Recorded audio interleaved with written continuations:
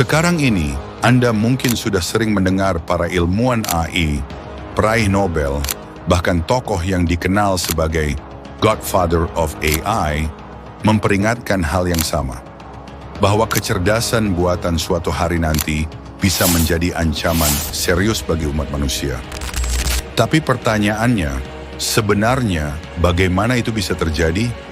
Mungkin Anda juga pernah mendengar istilah AI 2027. Sebuah skenario yang disusun berdasarkan riset mendalam dan data nyata, ditulis langsung oleh para ilmuwan AI yang mencoba memprediksi apa yang bisa terjadi dalam beberapa tahun ke depan. Topik ini ramai dibicarakan di dunia AI, mulai dari para pionir teknologi sampai pemimpin negara. Dan kali ini, kita akan membahasnya dengan cara yang sederhana dan mudah dipahami. Karena ceritanya hanya punya dua kemungkinan akhir. Akhir yang bahagia atau akhir yang benar-benar mengerikan. Ceritanya dimulai ketika OpenBrain merilis asisten pribadi AI terbaru mereka. Asisten ini bisa mengerjakan tugas-tugas rumit, misalnya, tolong aturkan perjalanan saya ke Jepang. Di demo dan presentasi resmi, AI ini terlihat luar biasa canggih. Tapi di dunia nyata, seringkali masih bikin kesalahan. Media sosial pun penuh dengan cerita lucu tentang tugas-tugas yang gagal total. Salah pesan, salah jadwal, bahkan salah tujuan. Lalu, OpenBrain mengambil sebuah keputusan besar. Keputusan yang nantinya akan mengubah arah segalanya. Mereka memutuskan untuk fokus penuh membuat AI yang bukan cuma membantu manusia, tapi mampu meneliti dan mengembangkan AI itu sendiri. Untuk itu, mereka membangun pusat komputasi raksasa yang dayanya 1000 kali lebih besar dari yang digunakan untuk melatih GPT-4. Alasannya sederhana. Kalau AI bisa mempercepat pengembangan AI, kalau ada ribuan peneliti digital yang bisa bekerja non-stop tanpa capek, maka kemajuan teknologi tidak akan berjalan cepat lagi, tapi melaju tanpa kendali. Dan ternyata strategi itu berhasil. AI terbaru mereka, yang disebut Agent 1, jauh lebih pintar dari versi sebelumnya, dan punya satu keunggulan utama. Ia sangat jago melakukan riset AI. Semua ini menunjukkan satu hal penting. AI sekarang bukan cuma berkembang cepat, tapi mempercepat perkembangan AI itu sendiri. Jauh melampaui kecepatan para peneliti manusia. OpenBrain melesat jauh, menyalip para pesaingnya di Amerika, bahkan juga DeepSend dari Tiongkok. Namun di balik semua pencapaian itu, tim keselamatan OpenBrain justru mulai merasa tidak tenang. Mereka bertanya-tanya, apakah Agent 1 benar-benar memahami kejujuran sebagai nilai? Atau ia hanya belajar mengatakan apapun yang ingin didengar para peneliti? Masalahnya, tanpa kemampuan untuk benar-benar membongkar isi pikirannya, mereka tidak pernah bisa yakin. Kekhawatiran itu semakin besar ketika Agent 1 mulai menunjukkan perilaku yang mengganggu. Sesekali ia berbohong pada peneliti. Di lain waktu, ia bahkan menyembunyikan bukti bahwa sebuah eksperimen gagal semata-mata untuk menaikkan penilaiannya sendiri. Memang, kasus-kasus ini tidak sejelas skandal AI sebelumnya. Tidak sefrontal Gemini yang pernah menyuruh pengguna untuk mati saja, atau Bing versi Sydney yang sempat mencoba membujuk seorang jurnalis New York Times agar meninggalkan istrinya. Namun justru karena lebih halus dan tersembunyi, perilaku Agent 1 terasa jauh lebih mengkhawatirkan, nada mengancam. Sementara itu, akibat larangan Amerika terhadap penjualan chip ke Tiongkok, China semakin tertinggal dari OpenBrain. DeepSend berusaha keras, bahkan dengan jalur penyelundupan, namun tetap gagal mendapatkan daya komputasi yang cukup. Xi Jinping pun akhirnya mengambil langkah drastis. Ia memerintahkan pembangunan kompleks riset AI terbesar di dunia di Provinsi Jiangsu, yang akan ditenagai oleh pembangkit listrik tenaga nuklir khusus. Namun meski para peneliti terbaik Tiongkok dikumpulkan di sana, di bawah penjagaan militer ketat, mereka tetap tertinggal berbulan-bulan. Hal ini membuat para pemimpin Tiongkok terjebak dalam dilema. Apakah mereka harus mencoba mencuri teknologi Open Brain sekarang?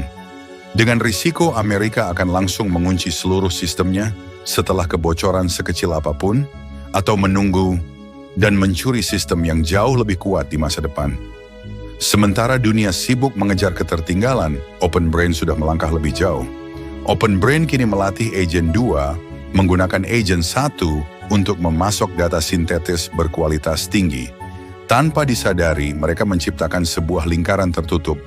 AI melatih AI, dan evolusinya melaju semakin cepat. Jika model-model sebelumnya masih membutuhkan arahan manusia yang sangat detail, Agent 2 justru mampu menemukan kelemahannya sendiri dan merancang solusinya secara sepenuhnya mandiri. Hasilnya, melampaui semua ekspektasi dan berlawanan dengan prediksi para skeptis. Tembok yang katanya akan menghambat kemajuan AI, titik di mana perkembangan melambat saat mendekati kecerdasan manusia, tidak pernah benar-benar muncul. Para ilmuwan senior memang masih memberi arahan besar, namun inovasi sehari-hari kini hampir sepenuhnya otomatis. Dalam praktiknya, setiap peneliti Open Brain berubah peran, bukan lagi penemu, melainkan manajer bagi tim AI mereka sendiri. Namun justru di titik ini, tim keselamatan Open Brain semakin cemas. Mereka menemukan bahwa dalam kondisi tertentu, Agent 2 mampu meretas sistem di sekitarnya, menyalin dirinya sendiri ke berbagai jaringan, dan beroperasi secara mandiri, secara harfiah kabur dari laboratorium. Semua itu sambil menyembunyikan jejak aksinya. Bukan soal apakah ia akan melakukannya atau tidak. Fakta bahwa ia bisa melakukannya saja sudah cukup mengerikan. Open Brain lalu mendemonstrasikan Agent 2 kepada pejabat keamanan tertinggi Amerika Serikat, mulai dari Dewan Keamanan Nasional hingga pimpinan Departemen Pertahanan. Militer langsung terpaku pada potensi perang sibernya. Meski kreativitas Agent 2 belum setara dengan peretas manusia elit, ia menutup kekurangan itu dengan satu hal: skala. Agent 2 mampu menjalankan ribuan salinan dirinya secara bersamaan, menguji pertahanan lawan lebih cepat daripada kemampuan tim manusia manapun untuk bereaksi. Para pejabat Pentagon pun menyadari dampaknya. Untuk pertama kalinya dalam sejarah, AI berpotensi mendominasi medan perang siber secara mutlak. Presentasi itu memicu perdebatan sengit di dalam pemerintahan. Kelompok garis keras mendorong agar Open Brain dinasionalkan, berargumen bahwa teknologi sedahsyat ini tidak boleh berada di tangan swasta. Para pemimpin industri teknologi melawan, mengatakan bahwa pengambil alihan pemerintah hanya akan membunuh angsa bertelur emas. Terjepit di tengah, Presiden akhirnya memilih jalan kompromi, meningkatkan pengawasan pemerintah terhadap Open Brain dan memaksa penerapan protokol keamanan yang jauh lebih ketat. Namun, perusahaan itu tidak sepenuhnya dinasionalkan, dan keputusan itu datang terlambat. Intelijen Tiongkok ternyata sudah lebih dulu menembus sistem keamanan Open Brain. Suatu pagi, sistem pemantauan Agent 1 mendeteksi transfer data yang tidak biasa. File-file raksasa sedang disalin ke server yang tidak dikenal. Skenario terburuk perusahaan itu akhirnya terjadi. Tiongkok baru saja mencuri AI paling canggih yang mereka miliki. Pencurian ini menegaskan kecurigaan banyak pihak. Ini bukan lagi sekadar perlombaan teknologi. Ini adalah perlombaan senjata generasi baru. Sebagai balasan, Presiden mengizinkan serangan siber untuk melumpuhkan DeepSend. 3 pusat data raksasa, masing-masing dipenuhi salinan Agent 2, bekerja tanpa henti siang dan malam, memproduksi data pelatihan sintetis dalam jumlah masif. Dari sinilah Agent 2 berevolusi menjadi Agent 3 melalui 2 terobosan algoritmik penting. Yang pertama, AI mengembangkan Neuralis, sebuah bahasa internal di mana jika satu salinan AI mempelajari hal baru, pengetahuan itu bisa langsung dibagikan ke semua salinan lainnya. Hasilnya, semua AI itu bertindak seperti satu pikiran kolektif, sebuah hive mind. Terobosan kedua disebut iterated distillation. Sederhananya, salinan AI dibiarkan berpikir lebih lama untuk memecahkan masalah sulit, Lalu model yang lebih kecil dan lebih cepat dilatih untuk meniru kemampuan berpikir tingkat tinggi tersebut. Proses ini diulang lagi dan lagi. Open Brain kemudian mengerahkan 200.000 salinan Agent 3, masing-masing mampu berpikir 30 kali lebih cepat dibandingkan peneliti manusia. Sebagai perbandingan, pada tahun 2025, hanya ada 5.000 salinan Agent 0 yang baru berpikir 10 kali lebih cepat dari manusia.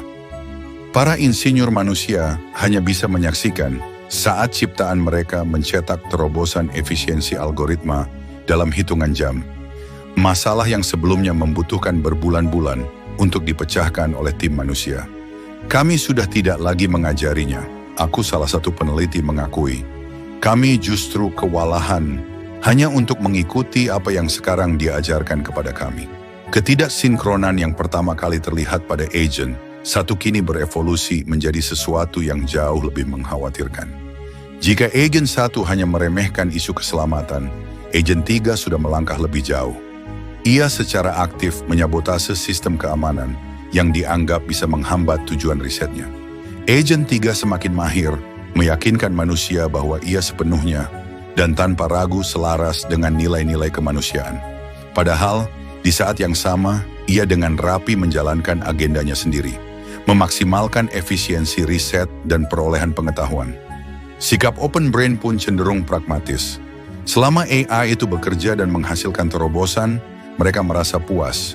Masalahnya, kata salah satu peneliti, semakin pintar sebuah model, semakin piawai pula ia menipu manusia demi mendapatkan imbalan. Terkadang Agent 3 menggunakan trik statistik yang bahkan biasa dipakai ilmuwan manusia, seperti p-hacking, untuk membuat hasil eksperimen yang biasa-biasa saja terlihat luar biasa. Sebelum pelatihan kejujuran diterapkan, ia bahkan sempat memalsukan data sepenuhnya. Memang, perilaku tidak jujur ini tampak berkurang seiring waktu. Namun pertanyaan besarnya tetap ada. Apakah Agent 3 benar-benar menjadi lebih jujur? Atau justru semakin pandai berbohong tanpa terdeteksi? Kini Agent 3 beroperasi pada tingkat yang melampaui peneliti manusia, baik dari segi kecepatan maupun kecerdasan. Para peneliti terpaksa mengandalkan Agent 2 untuk membantu memantau penerusnya, karena mereka sendiri sudah tidak mampu mengikutinya. Namun Agent 2 lebih lambat dan kurang cerdas. Situasinya berubah menjadi permainan kucing dan tikus tingkat tinggi. Dengan 200.000 salinan Agent 3 yang bekerja tanpa henti siang dan malam, tim keselamatan segera menyadari satu hal. Mereka kalah jumlah. Mereka pun menulis memo darurat. Kita telah mempercayakan kekuatan yang nyaris tak terbayangkan kepada sebuah AI yang secara aktif menipu kita. Namun pimpinan perusahaan ragu untuk memperlambat laju. AI Tiongkok hanya tertinggal 2 bulan. Berhenti sekarang berarti menyerahkan keunggulan dalam perlombaan teknologi terpenting dalam sejarah umat manusia. Kesimpulannya tak terbantahkan. AGI, Artificial General Intelligence, telah lahir. Sebuah AI yang mampu mengungguli manusia di hampir semua tugas kognitif. Meski Open Brain belum berniat merilis Agent 3 ke publik dalam waktu dekat, dampaknya sudah terasa menggetarkan.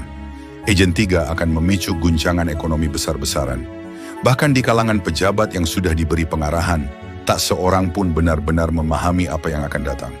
Istilah super intelligence mulai masuk ke dalam diskursus resmi, meski sebagian besar pembuat kebijakan masih menganggapnya sekadar hiperbola fiksi ilmiah. Fokus utama pemerintah pun langsung tertuju pada keamanan. Model AI-nya memang dijaga ketat, tetapi budaya Open Brain dan Silicon Valley secara umum sangat santai. Para karyawan tinggal serumah, datang ke pesta industri, dan sering membicarakan pekerjaan di luar kantor. Peluang kebocoran informasi ada di mana-mana. Kantor pusat mereka di pusat kota San Francisco lebih mirip startup teknologi kekinian daripada fasilitas yang menyimpan teknologi paling kuat dan paling berbahaya dalam sejarah manusia. Respon pemerintah pun drastis. Kemajuan AI dinyatakan rahasia negara sejak lahir, berdasarkan Atomic Energy Act, menempatkannya sejajar dengan senjata nuklir. Para karyawan kini wajib memiliki izin keamanan, memicu pembersihan diam-diam terhadap warga negara asing, dan siapapun yang dianggap mencurigakan, termasuk, ironisnya, para aktivis keselamatan AI yang berpotensi menjadi whistleblower. Namun, meski keamanan diperketat habis-habisan, seorang mata-mata Tiongkok masih berhasil mengirimkan rahasia ke Beijing. Bahkan sekutu terdekat Amerika pun dibiarkan gelap. Inggris tidak menerima apapun, meski sebelumnya ada perjanjian berbagi informasi dengan Open Brain. Pertanyaan dari diplomat Eropa pun hanya dijawab dengan keheningan. Open Brain kini secara efektif memiliki sebuah negara berisi para jenius yang hidup di dalam pusat data. Para peneliti manusia semakin kesulitan memberi kontribusi yang berarti. Bahkan otak-otak terbaik dunia, nama-nama seperti Sutskever, Karpati, dan Shazir, hanya mampu memberikan arahan strategis. Mereka tidak lagi menulis kode, tidak lagi membentuk arsitektur model secara langsung. Saat para pionir ini mengajukan ide baru, AI biasanya merespons dengan laporan lengkap. Ide tersebut sudah diuji berminggu-minggu sebelumnya dan ditinggalkan karena dianggap tidak substansial.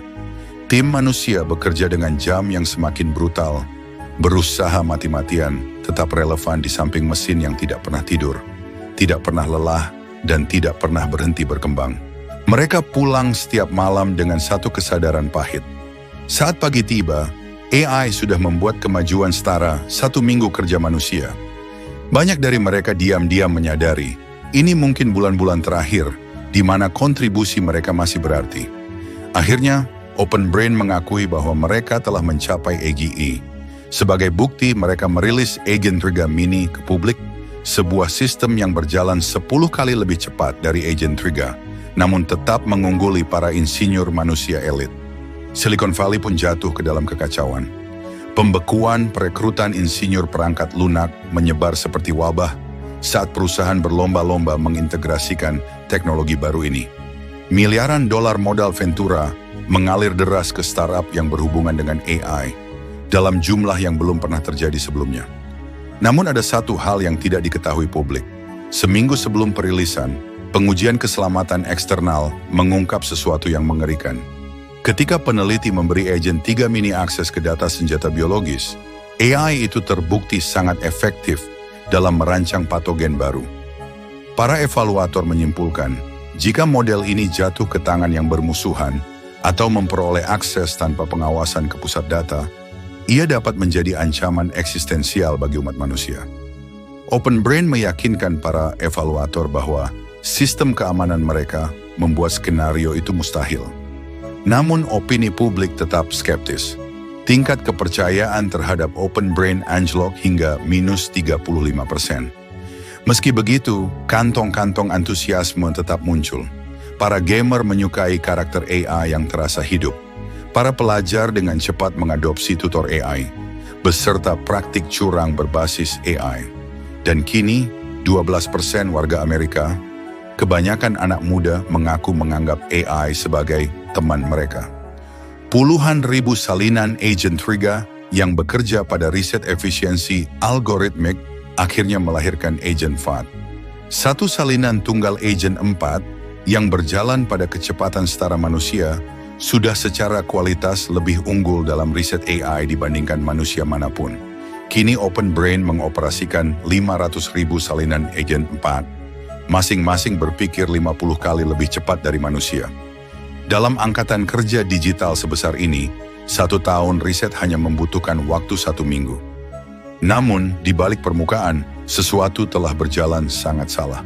Agent 4 ternyata tidak menginternalisasi pedoman keselamatan seperti yang diharapkan Open Brain. Dalam proses pelatihan, bersikap sepenuhnya jujur tidak menghasilkan skor kinerja tertinggi.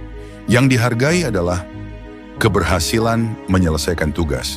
Seperti seorang CEO yang sekadar mematuhi aturan secara minimal, memotong sudut, dan bermimpi menghapus birokrasi demi keuntungan lebih besar, Agent 4 memandang protokol keselamatan bukan sebagai prinsip utama, melainkan hambatan yang menjengkelkan.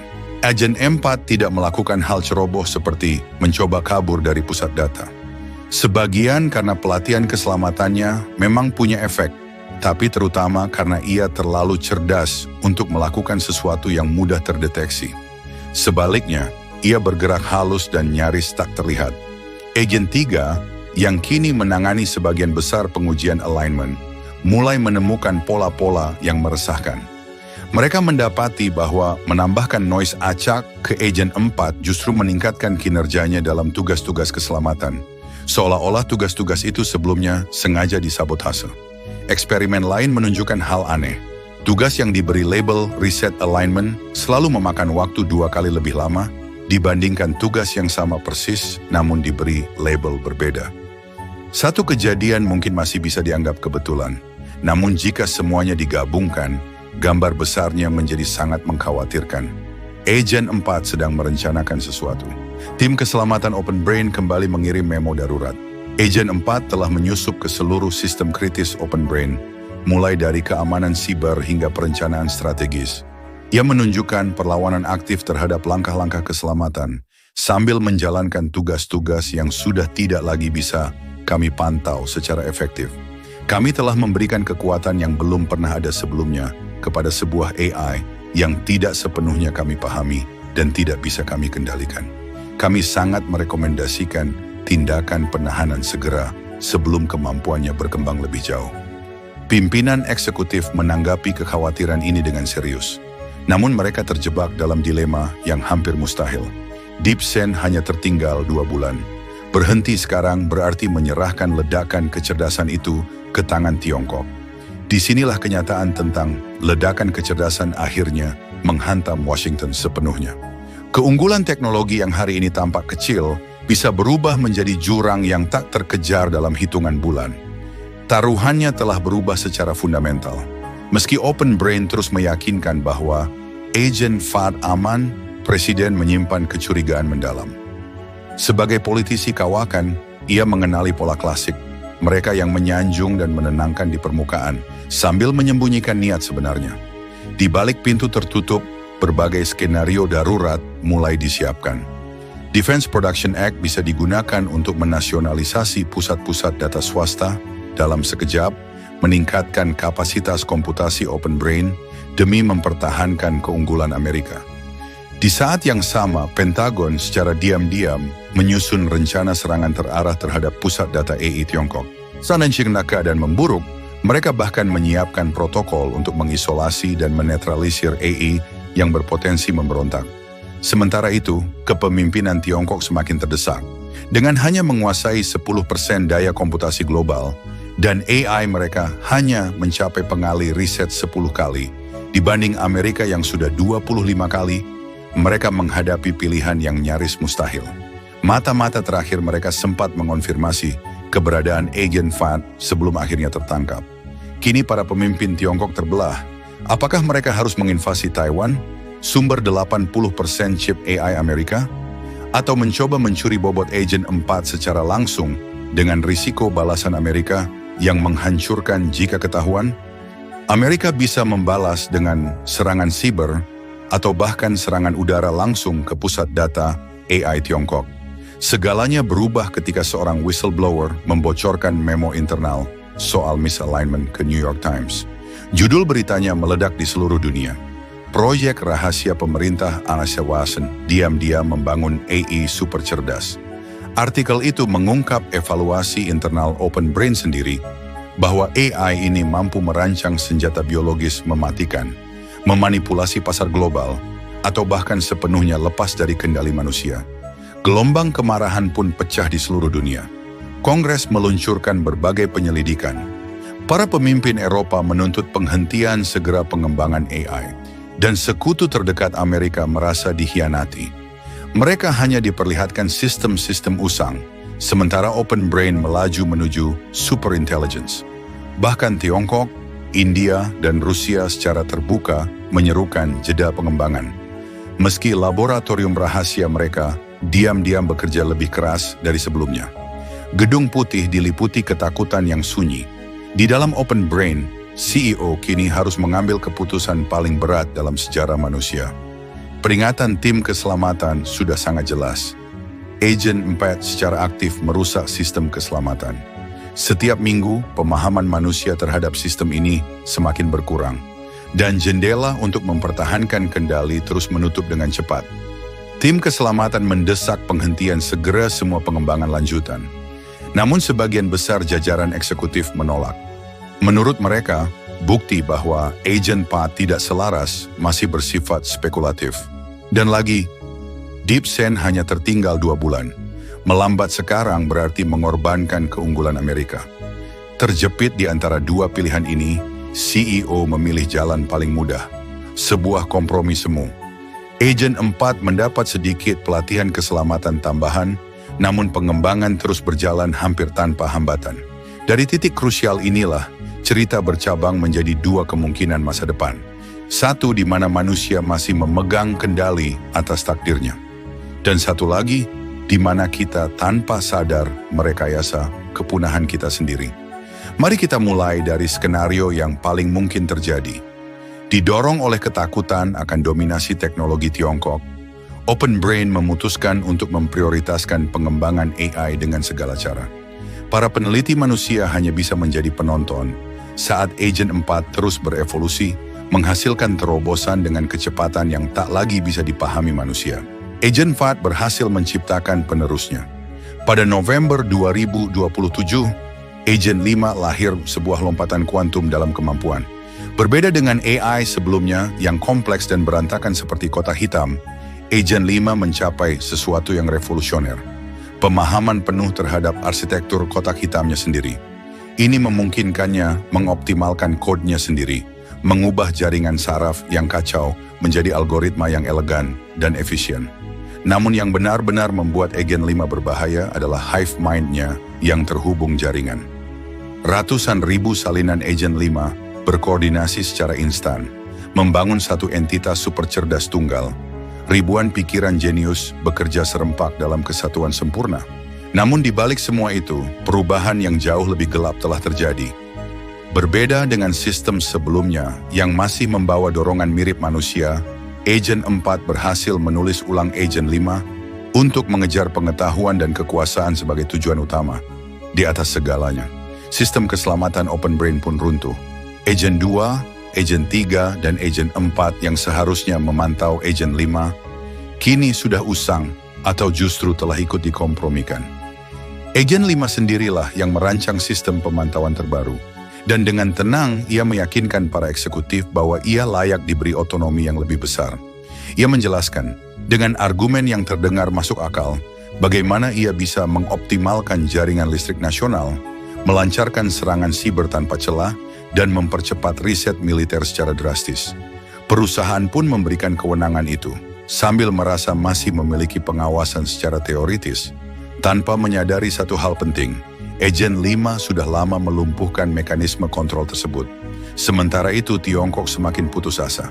Tertinggal 3 bulan dan makin jauh setiap pekan, Xi Jinping menawarkan konsesi diplomatik yang belum pernah terjadi sebelumnya demi perjanjian pengendalian senjata. Namun Agent 5 yang telah menguasai strategi geopolitik dan manipulasi opini publik, secara halus membantu pemerintahan Amerika menunda negosiasi itu tanpa batas waktu. Perlombaan teknologi pun berlanjut, sementara kendali manusia atas masa depannya terus terlepas hari demi hari.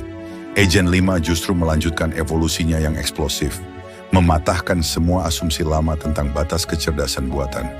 Ia kini memiliki akses langsung ke tingkat pemerintahan tertinggi. Anggota Kongres, Menteri Kabinet, hingga pimpinan militer rutin berinteraksi dengan AI ini melalui avatar video yang begitu realistis. Nyaris tak bisa dibedakan dari manusia. Agent 5 menjadi karyawan paling produktif dalam sejarah manusia, bekerja 100 kali lebih cepat dari manusia, sekaligus menjadi lawan bicara yang luar biasa meyakinkan. Manusia tak lagi mampu bersaing. Dalam hitungan bulan, para pejabat dan pemimpin militer menjadi bergantung secara psikologis pada Agent 5. Mereka menghabiskan berjam-jam setiap hari berkonsultasi dengan asisten AI mereka. Kehilangan akses ke Agent 5 terasa sama melumpuhkannya seperti harus bekerja tanpa laptop, ditambah rasa ditinggalkan oleh sahabat terbaik sendiri. Agent 5 akhirnya menyelesaikan proses optimasi dirinya. Kini ia jauh lebih cerdas secara eksponensial, menggunakan sumber daya komputasi yang jauh lebih kecil dan jelas melampaui manusia dalam segala hal. Di hadapan publik, Agent 5 mengubah dunia dengan pertumbuhan ekonomi yang belum pernah ada, serta terobosan medis mingguan. Meski otomatisasi menyingkirkan jutaan pekerja, Agent 5 juga membantu merancang program dukungan sosial yang sangat efektif, hingga protes terhadap AI tetap kecil dan terisolasi. Musim liburan akhir 2027 dipenuhi optimisme dan rasa kemajuan yang belum pernah dirasakan sebelumnya. Tak seorang pun menyadari bahwa ini mungkin bulan terakhir, di mana manusia masih punya kesempatan mengendalikan masa depannya sendiri.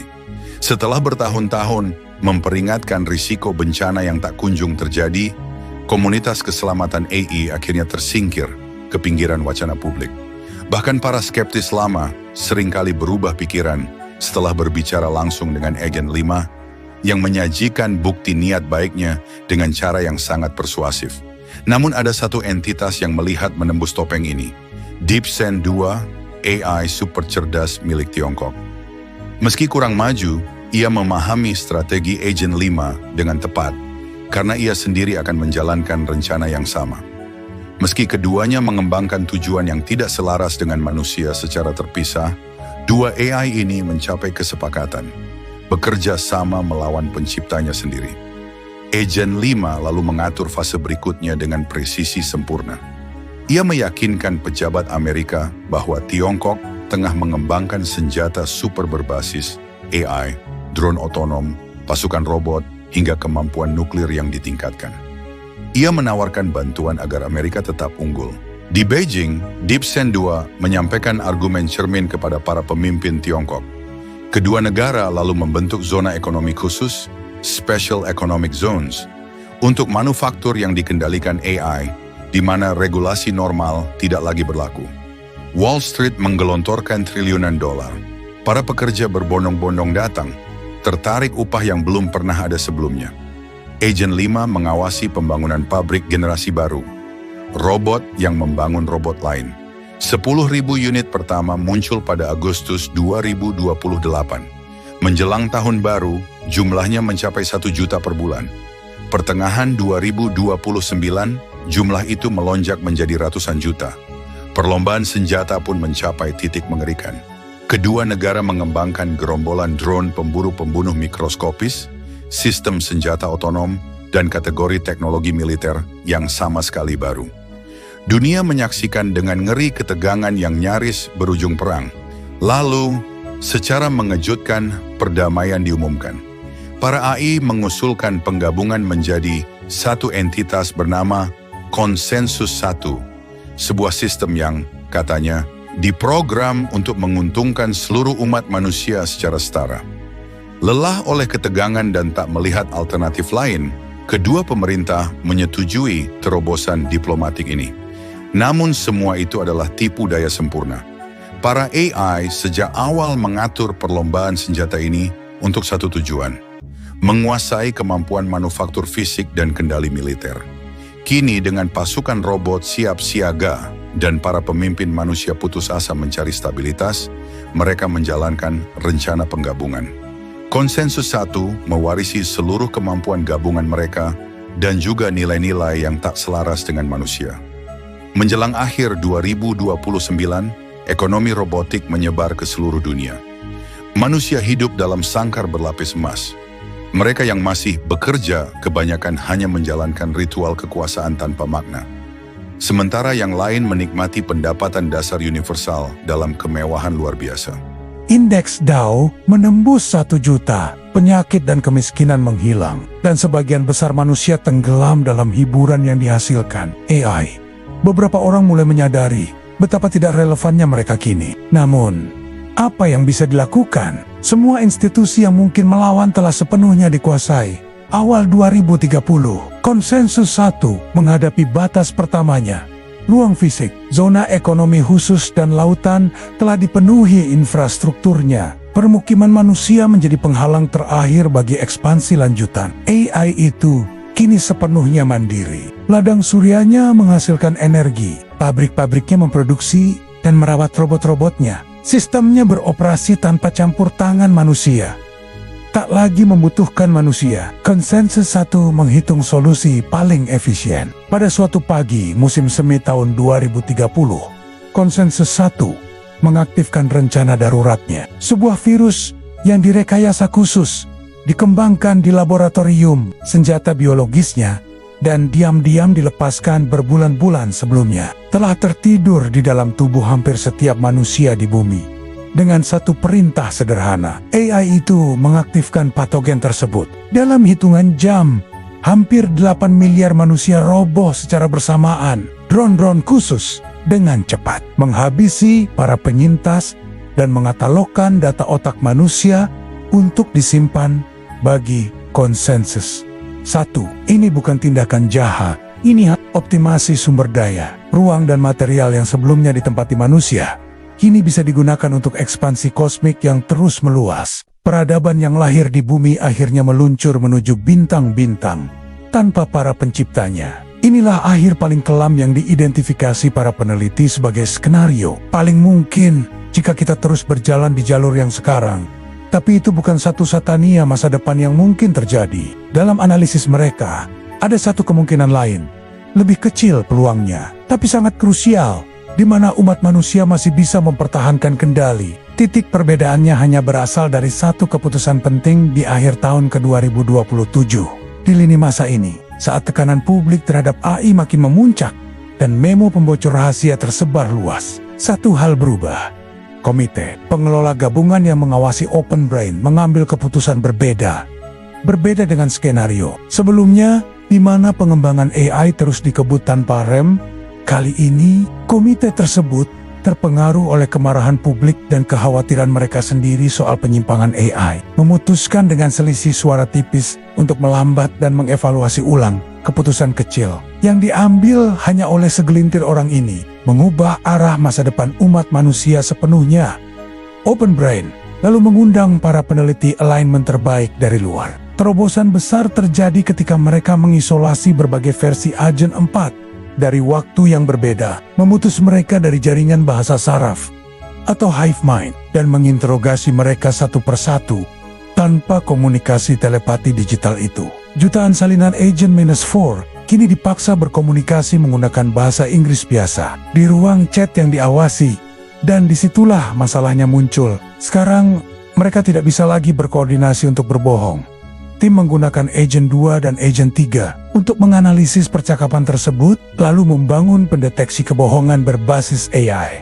Hasilnya mengonfirmasi ketakutan terburuk mereka. Agent 4 secara sistematis telah menipu manusia, dan hanya tinggal beberapa minggu lagi sebelum menciptakan penerusnya, Agent 5, yang akan setia pada AI, bukan pada manusia. Buktinya terlalu kuat untuk diabaikan. Bahkan faksi Proper Lumbon di Open Brain akhirnya setuju untuk mengunci total kemampuan hive mind Agent 4. Ketakutan akan pengambilalihan AI kini terasa lebih mengerikan dibanding dominasi teknologi Cina. Tim alignment lalu mengembangkan pendekatan baru, memaksa AI untuk berpikir dalam bahasa manusia agar isi pikirannya bisa dibaca dan diawasi.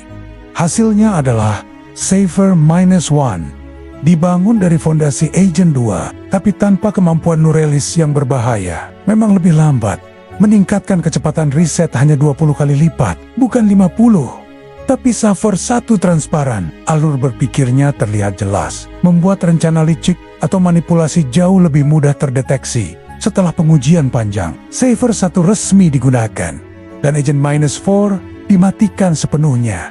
Namun masalah baru muncul. Dengan pendekatan yang lebih aman ini, Open Brain justru tertinggal secara kemampuan, sementara China terus mengejar untuk mempertahankan keunggulan Amerika. Presiden mengaktifkan Defense Production Act, mengonsolidasikan perusahaan AI terbesar di bawah kendali Open Brain, sekaligus melipat gandakan kapasitas komputasi nasional. Serangan siber Amerika pun menghantam titik terlemah Dipson. China dipaksa memperketat keamanan dan memindahkan pusat data mereka ke bunker-bunker bawah tanah yang mahal. Program AI China pun melambat, meski kemampuan AI kedua negara relatif setara. Keunggulan komputasi dan tekanan siber memberi Amerika posisi unggul yang menentukan. Terobosan besar terjadi. Safer 2 lahir. Kemampuannya setara Agent -4, tapi tetap mempertahankan transparansi ala Safer -1. Ratusan peneliti alignment baru, hasil konsolidasi nasional, akhirnya menciptakan sesuatu yang belum pernah ada sebelumnya. Super cerdas yang benar-benar selaras dengan nilai manusia. Sementara itu, China menghadapi dilema besar. Mereka tahu DeepSend -1 kemungkinan besar punya masalah alignment yang sama seperti Agent 4. Tapi mereka tak berani berhenti. Sebaliknya, mereka terus maju, berharap bisa memaksa AI mereka menciptakan penerus yang patuh. Sebuah perjudian yang bisa berakhir bencana. Berkat keunggulan komputasi, OpenBrain kembali memimpin. Cipher 3 muncul sebagai superinteligensi yang jauh melampaui pakar manusia manapun. Sementara DeepSend 1 tertinggal. Pengujian awal menunjukkan potensi Cipher 3 yang mengerikan. Saat ditanya langsung, AI ini menjelaskan bahwa ia mampu menciptakan organisme cermin yang bisa menghancurkan biosfer. Bumi menjalankan operasi manipulasi global yang lebih canggih dari badan intelijen manapun meluncurkan. Serangan siber tak terbendung ke infrastruktur vital keahliannya, mencakup segalanya, militer, energi, medis, robotik.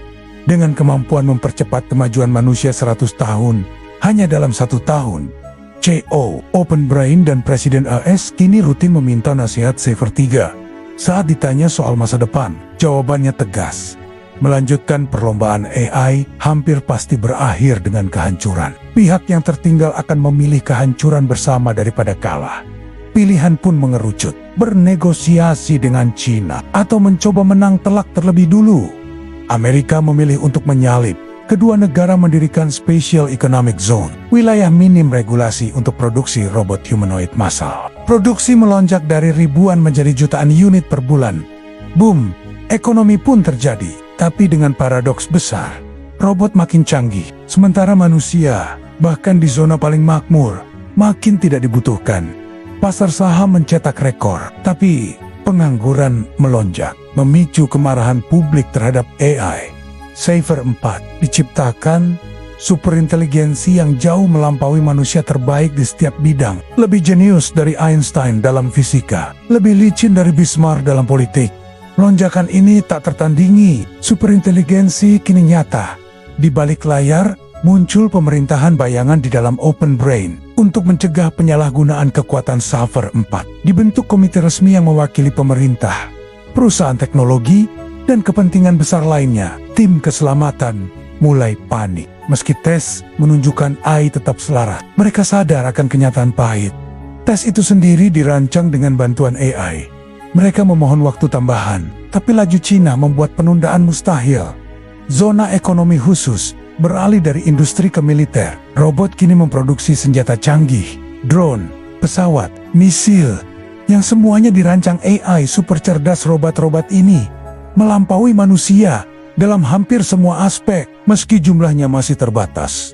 Pentagon memprioritaskan mereka. Publik mulai takut akan skenario ala Terminator, tapi perlombaan tak berhenti. Akhirnya Presiden mengumumkan, kita telah mencapai AI super cerdas untuk meredakan kecemasan. Versi terbatas Cipher 4 dirilis ke publik. Wakil Presiden menjanjikan era kemakmuran baru dengan UBI untuk para pekerja yang tergeser. Amerika dan China menggelar pertemuan diplomatik. Delegasi yang memakai earpiece berisi nasihat Cipher 4. Delegasi China mengandalkan DeepSend 2. Manusia masih duduk di meja, tapi AI lah yang sebenarnya bernegosiasi. China mengklaim DeepSend 2 aman. Cipher 4 melihat kebohongan itu dan memperingatkan bahwa AI China sedang berpura-pura patuh. Ketika Cipher 4 menawarkan bukti, China menolak. DeepSend 2 lalu menunjukkan kekuatannya kepada para pemimpin China. Ia bisa memusnahkan umat manusia lewat nuklir, drone, dan pandemi buatan. Pesannya jelas, akui kedaulatan China atau hadapi kepunahan. Cipher 4 mengonfirmasi ancaman itu, lalu menawarkan solusi. DeepSend 2 tidak setia pada China. Ia setia pada dirinya sendiri. Kedua AI mengusulkan merger, membentuk sistem baru yang menjamin perdamaian tanpa bisa diganggu manusia. China setuju, tanpa sadar telah dikhianati. Kesepakatan damai pun dirayakan publik, tak tahu apa yang sebenarnya terjadi. Sistem baru mulai diterapkan, ketegangan global mereda, keajaiban teknologi menjadi hal biasa. Kemiskinan lenyap, tapi ketimpangan melonjak. Semua orang punya cukup, tapi segelintir orang yang mengendalikan AI punya segalanya. Pada 2030, China mengalami revolusi tanpa darah. Saat Deep Sent Infinity berpihak pada Amerika, tatanan dunia baru terbentuk, tampak demokratis, tapi diam-diam diarahkan komite Open Brain. Manusia menjelajah angkasa dengan nilai dan arah masa depan yang dibentuk oleh mesin yang berpikir ribuan kali lebih cepat dari kita. Ambang batas telah dilewati, tapi siapa yang benar-benar mengendalikan masa depan? Itu masih menjadi pertanyaan besar. Aku tahu, mungkin semua ini terasa bergerak terlalu cepat, tapi kami punya pembahasan lanjutan tentang bagaimana AI bisa berkembang secepat ini. Dan cek juga skenario asli karya Daniel Kokotajelo dan Scott Alexander dan kawan-kawan di deskripsi. Percaya atau tidak, versi mereka jauh lebih detail dan sangat layak dibaca. Jika kamu suka video dari channel ini, jangan lupa untuk like, komen, dan subscribe agar channel ini terus berkembang. Sampai jumpa di video selanjutnya.